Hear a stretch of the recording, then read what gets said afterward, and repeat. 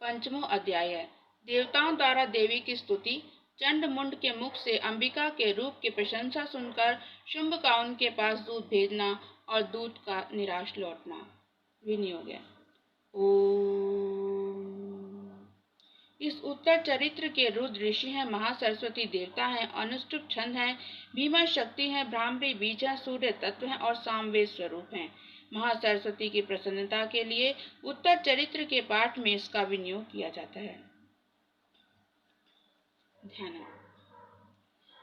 जो अपने कर कमलों में घंटा, शूल, हल, शंख, मुसल, चक्र, धनुष और बाण धारण करती हैं, शरद ऋतु के शोभा संपन्न चंद्रमा के समान जिनकी मनोहर कांति है, जो तीनों लोकों की आधारभूता और शुंभ आदि दैत्यों का नाश करने वाली हैं, तथा गौरी के शरीर से जिनका प्राकट्य हुआ है, उन महासरस्वती देवी का मैं निरंतर भजन करता हूँ।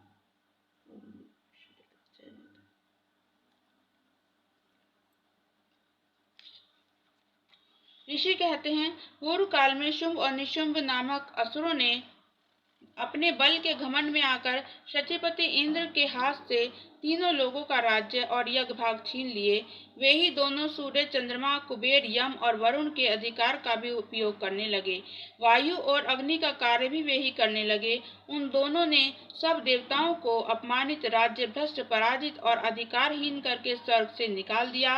उन दोनों महान असुरों से तिरस्कृत देवताओं ने अपराजिता देवी का स्मरण किया और सोचा, जगदम्बा ने हम लोगों को वर दिया था कि आपत्ति काल में स्मरण करने पर मैं तुम्हारी सब आपत्तियों का तत्काल नाश कर दूंगी। यह विचार कर देवता गिरिराज हिमालय पर गए और वहां भगवती विष्णु माया की स्तुति करने लगे। देवता बोले, देवी को नमस्कार है। महादेवी शिवा को सर्वदा नमस्कार है। प्रकृति एवं भद्रा को प्रणाम है। हम लोग नियम पूर्वक जगदम्बा को नमस्कार करते हैं। रौद्रा को नमस्कार है। नित्या, गौरी एवं धात्री को बारंबार नमस्कार है। ज्योत्सनामयी चंद्र रूपिणी एवं सुख स्वरूपा देवी को सतत प्रणाम है। शरणागतों का कल्याण करने वाली वृद्धि एवं सिद्धि रूपा देवी को हम बारंबार नमस्कार करते हैं। नैऋति, राजाओं की लक्ष्मी तथा शर्वाणी स्वरूपा आप जगदम्बा को बार बार नमस्कार है। दुर्गा, दुर्गपारा, सारा, सर्वकारिणी, ख्याति, कृष्णा और धूम्रा देवी को सर्वदा नमस्कार है। अत्यंत सौम्य तथा अत्यंत रौद्रा रूपा देवी को हम नमस्कार करते हैं। उन्हें हमारा बारंबार प्रणाम है। जगत की आधारभूता कृति देवी को बारंबार नमस्कार है। जो देवी सब प्राणियों में विष्णु माया के नाम से कही जाती हैं, उनको नमस्कार, उनको नमस्कार, उनको बारंबार नमस्कार है। जो देवी सब प्राणियों में चेतना कहलाती हैं, उनको नमस्कार, उनको नमस्कार, उनको बारंबार नमस्कार है। जो देवी सब प्राणियों में बुद्धि रूप से स्थित हैं, उनको नमस्कार, उनको नमस्कार, उनको बारंबार नमस्कार है। जो देवी सब प्राणियों में निद्रा रूप से स्थित हैं, उनको नमस्कार, उनको नमस्कार, उनको बारंबार नमस्कार है। जो देवी सब प्राणियों में क्षुधा रूप से स्थित हैं, उनको नमस्कार, उनको नमस्कार, उनको बारंबार नमस्कार है। जो देवी सब प्राणियों में छाया रूप से स्थित हैं, उनको नमस्कार, उनको नमस्कार, उनको बारंबार नमस्कार है। जो देवी सब प्राणियों में शक्ति रूप से स्थित हैं, उनको नमस्कार, उनको नमस्कार, उनको बारंबार नमस्कार है। जो देवी सब प्राणियों में तृष्णा रूप से स्थित हैं, उनको नमस्कार, उनको नमस्कार, उनको बारंबार नमस्कार है। जो देवी सब प्राणियों में शांति रूप से स्थित हैं, उनको नमस्कार, उनको नमस्कार, उनको बारंबार नमस्कार है। जो देवी सब प्राणियों में जाति रूप से स्थित हैं, उनको नमस्कार, उनको नमस्कार, उनको बारंबार नमस्कार है। जो देवी सब प्राणियों में लज्जा रूप से स्थित हैं, उनको नमस्कार, उनको नमस्कार, उनको बारंबार नमस्कार है। जो देवी सब प्राणियों में शांति रूप से स्थित हैं, उनको नमस्कार, उनको नमस्कार, उनको बारंबार नमस्कार है।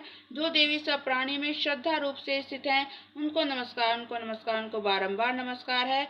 जो देवी सब प्राणियों में कांति रूप से स्थित हैं, उनको नमस्कार, उनको नमस्कार, उनको बारंबार नमस्कार है। जो देवी सब प्राणियों में लक्ष्मी रूप से स्थित हैं, उनको नमस्कार, उनको नमस्कार, उनको बारंबार नमस्कार है। जो देवी सब प्राणियों में वृत्ति रूप से स्थित हैं, उनको नमस्कार, उनको नमस्कार, उनको बारंबार नमस्कार है। जो देवी सब प्राणियों में स्मृति रूप से स्थित हैं, उनको नमस्कार, उनको नमस्कार, उनको बारंबार नमस्कार है। जो देवी सब प्राणियों में दया रूप से स्थित हैं, उनको नमस्कार, उनको नमस्कार, उनको बारंबार नमस्कार है। जो देवी सब प्राणियों में तुष्टि रूप से स्थित हैं, उनको नमस्कार, उनको नमस्कार, उनको बारंबार नमस्कार है। जो देवी सब प्राणियों में माता रूप से स्थित हैं, उनको नमस्कार, उनको नमस्कार, उनको बारंबार नमस्कार है। जो देवी सब प्राणियों में भ्रांति रूप से स्थित हैं, उनको नमस्कार है, उनको नमस्कार है, उनको बारंबार नमस्कार है। जो जीवों के इंद्रिय वर्ग की अधिष्ठात्री देवी एवं सब प्राणियों में सदा व्याप्त रहने वाली हैं, उन व्याप्ति देवी को बारंबार नमस्कार है। जो देवी चैतन्य रूप से इस संपूर्ण जगत को व्याप्त करके स्थित हैं, उनको नमस्कार, उनको नमस्कार, उनको बारंबार नमस्कार है। पूर्व काल में अपने अभीष्ट की प्राप्ति होने से देवताओं ने जिनकी स्तुति तथा देवराज इंद्र ने बहुत दिनों तक जिनका सेवन किया, वह कल्याण की असाधन भूता ईश्वरी हमारा कल्याण और मंगल करें और सारी आपत्तियों का नाश कर डालें। उद्दंड दैत्यों से सताए हुए हम सभी देवता जिन परमेश्वरी को इस समय नमस्कार करते हैं तथा जो भक्ति से विनम्र पुरुषों द्वारा स्मरण की जाने पर तत्काल ही संपूर्ण विपत्तियों का नाश कर देती हैं, वे जगदम्बा हमारा संकट दूर करें। ऋषि कहते हैं, राजन, इस प्रकार जब देवता स्तुति कर रहे थे, उस समय पार्वती देवी गंगा जी के जल में स्नान करने के लिए वहां आईं। उन सुंदर भुवों वाली भगवती ने देवताओं से पूछा, आप लोग यहाँ किसकी स्तुति करते हैं?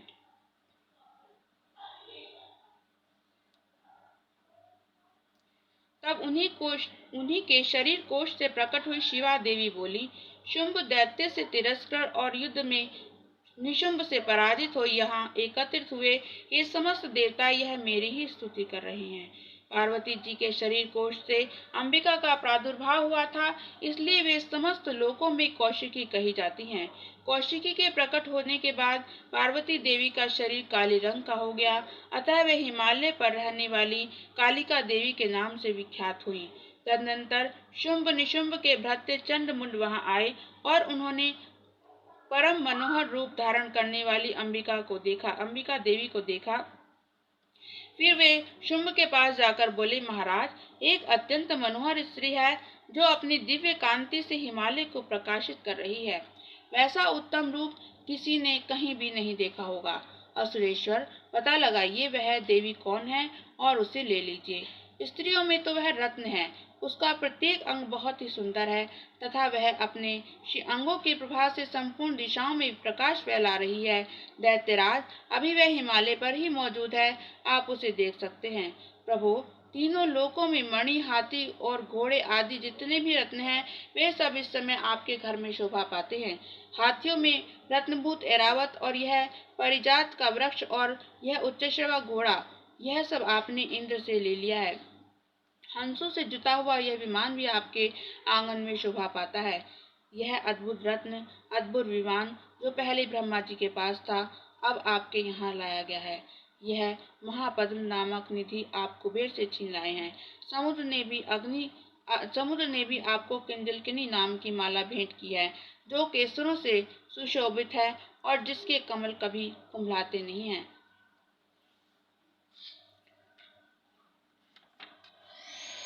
स्वर्ण की वर्षा करने वाला वरुण का छत्र भी आपके घर में शोभा पाता है तथा यह श्रेष्ठ रथ जो पहले प्रजापति के अधिकार में था, अब आपके पास मौजूद है। दैत्येश्वर, मृत्यु की उक्रांतिता नाम वाली शक्ति भी आपने छीन ली है तथा वरुण का पाश और समुद्र में होने वाले सब प्रकार के रत्न आपके भाई निशुंभ के अधिकार में हैं। अग्नि ने भी स्वतः शुद्ध किए हुए 2 वस्त्र आपकी सेवा में अर्पित किए हैं।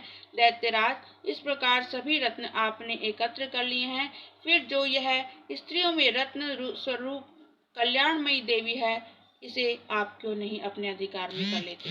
ऋषि कहते हैं, चंड मुंड का यह वचन सुनकर शुंभ ने महादैत्य सुग्रीव को दूत बनाकर देवी के पास भेजा और कहा, तुम मेरी आज्ञा से उसके सामने ये बातें कहना और ऐसा उपाय करना जिससे प्रसन्न होकर वह शीघ्र यहाँ आ जाए।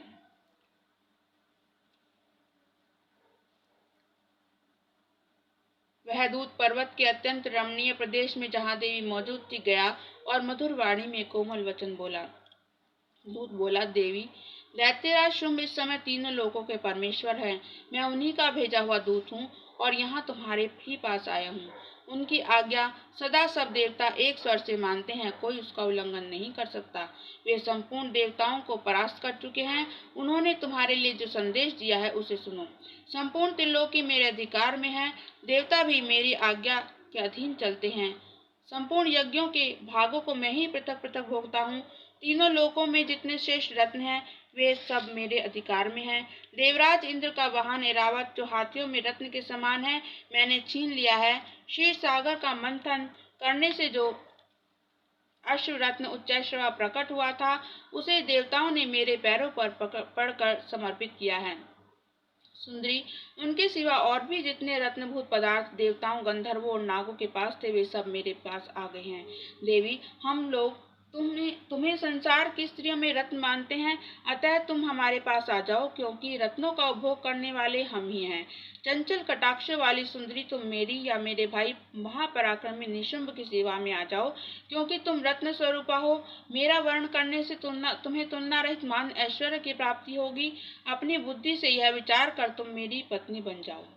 ऋषि कहते हैं, दूत के यो कहने पर कल्याणमयी भगवती दुर्गा देवी जो इस जगत को धारण करती हैं मन ही मन गंभीर भाव से मुस्कुराई और इस प्रकार बोली। देवी ने कहा, दूत, तुमने सत्य कहा है, इसमें तनिक भी मिथ्या नहीं है। शुंभ तीनों लोकों का स्वामी है और निशुंभ भी उसी के समान पराक्रमी है, किंतु इस विषय में जो मैंने प्रतिज्ञा कर ली है उसे मिथ्या कैसे करूं। मैंने अपनी अल्प बुद्धि के कारण पहले से जो प्रतिज्ञा कर रखी है उसे सुनो। जो मुझे संग्राम में जीत लेगा, जो मेरे अभिमान को चूर्ण कर देगा तथा संसार में जो मेरे ही समान बलवान होगा वही मेरा स्वामी होगा। इसलिए शुंभ अथवा महादैत्य निशुंभ स्वयं ही यहाँ पधारें और मुझे जीत कर शीघ्र ही मेरा पाणी ग्रहण कर लें। इसमें विलंब की क्या आवश्यकता है। दूत बोला, देवी, तुम घमंड में भरी हो, मेरे सामने ऐसी बातें न करो।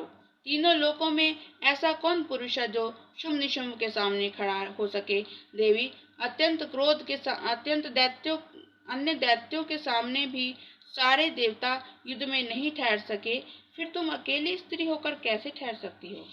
जिन शुंभ आदि